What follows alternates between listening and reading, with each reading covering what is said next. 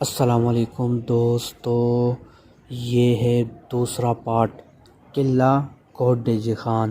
یہ تو کچھ عرصہ پہلے شاید آرکیولوجی والوں نے 4 دیواریں دی ہے، تب یہ تاریخ کی اہم جگہ کا کچھ بچ گیا ہے۔ آپ قدیم قلعے سے اگر اندازہ کریں تو اس قدیم بستی کے آثار کم سے کم 100 ایکڑ میں تو ضرور پھیلے ہوئے تھے۔ اب ان آثار پر آپ خود دیکھ رہے ہیں اور یہ دیکھا کہ کھجوروں کے درختوں کی ہریالی پھیلی ہوئی ہے۔ جہاں نظر جاتی کھجوروں کے شاندار درخت نظر آتے ہیں، اور کیا کمال ہے کہ ایک شاندار تہذیب کی جڑوں کے آثار پر یہ ہریالی پھیلی ہوئی ہے۔ آپ اس حوالے سے کتنا بھی دکھ ہو، آپ اندر سے کتنے بھی جل رہے ہو، مگر آپ کچھ نہیں کر سکتے۔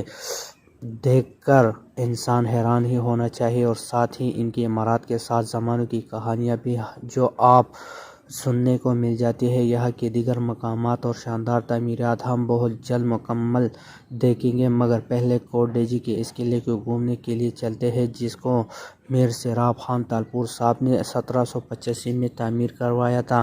بستی کی ان گلیوں میں سے گھومتے ہم قلعے کے مرکزی دروازے پر پہنچے، جہاں 2-3 گلیاں کی آ کر ملتی ہے اور مصروف نکڑ بن گیا ہے۔ مرکزی دروازے کے آنگن میں ایک ریڑھی پر بچوں کے کھلونے بیچنے والا رنگ برنگے کھلونے بیچ رہا تھا۔ 1-2 چولے والے اور سموسے بیچنے والے بھی تھے۔ سامنے چائے اور ٹھنڈے پانی کی بوتلیں بیچنے والے کی دکانیں تھیں۔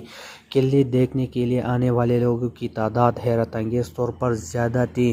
جب آپ کسی نئی تاریخی جگہ دیکھنے کے لیے جاتے ہیں اور اس جگہ پہنچ جاتے ہیں جہاں سے اس کو دیکھنے کی ابتدا کی جاتی ہے، تو ان پلوں میں آپ ہر ایک عجیب کیفیت طاری ہوتی ہے۔ آپ کی لاشعور پراسرار اور تجسس کی اندھیاں اٹھنے لگتی ہے۔ آپ اندر داخل ہونے اور پہلا منظر دیکھنے کے لیے بڑے بے چین ہوتے ہیں۔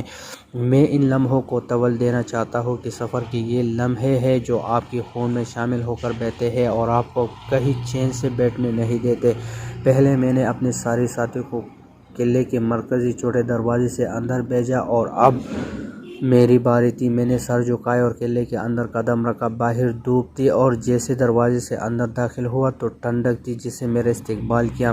اس ٹھنڈک کے ساتھ فضا میں ایک انجونی سی خوشبو رچی بسی تھی، جو اکثر آپ کو قدیم مقامات پر محسوس ہوتی ہے۔ اس انجانی سی خوشبو میں رچی سامنے اس قلعے کے برج اور دیواریں تھیں جو 2 صدیوں سے پہلے یہاں کھڑی ہے، کہ جن پوروں میں گزرے زمانوں کی کئی کہانیاں آنکھیں مومند پڑی ہے۔ آخر ضرورت کیا تھی کہ اتنا بڑا قلعہ تعمیر کرنے کی؟ یہ سوال ہر وہ فرد کر سکتا ہے جس کو گزرے زمانوں کی سیاسی حالات سے متعلق زیادہ معلومات نہ ہو سکتا ہے کہ کچھ چیزوں کے بنانے کا کوئی خاص سبب نہ ہو، لیکن بہت ساری چیزوں کے بننے کے اسباب موجود ہوتے ہیں۔ تاہم ان اسباب یا حالات کو اگر ہم اپنی موجودہ معاشی حالات کے عینک سے دیکھنے کی کوشش کریں گے تو سمجھنے میں بہت مشکل ہو سکتی ہے۔ میں زیادہ نہیں آپ کو 1700 یعنی آج سے فقط 322 برس پچھلے لے چلتا ہوں، جہاں ازغون اور ترخان اپنی حکومتیں کر جا چکے ہیں اور ننگ کا ٹھٹہ پر مغل گورنر مقرر ہوتے تھے۔ ایسے میں میاں یار محمد کلہاڑو سندھ میں کلہاڑو حکومت کی بنیاد رکھی تھی کہ مغل سلطنت کی ہندوستان پر تنی ہوئی حکومت چڑھتی خستی کا شکار ہوتی جاتی تھی، لیکن پھر بھی جلاؤ وطن کے لبوں میں کچھ گرمی ابھی باقی تھی۔ میاں یار محمد کو اورنگزیب نے خدایار خان کا خطاب عطا کیا اور اس سے ملی اعزاز کو غرور بنا کر سندھ کا حاکم بنایا۔ یار محمد کے بعد میاں نور محمد، میاں میر اداب، میاں میر غلام شاہ، میاں سرفراز خان اور میاں غلام نبی تخت پر جمع ہوئے۔ ان کے بعد میاں عبدالنبی جب تخت پر بیٹھا تو اس کی ہوس اور پاگل پن نے سندھ کی بدنامی اور کشت و خون کی آگ میں دھکیل دیا۔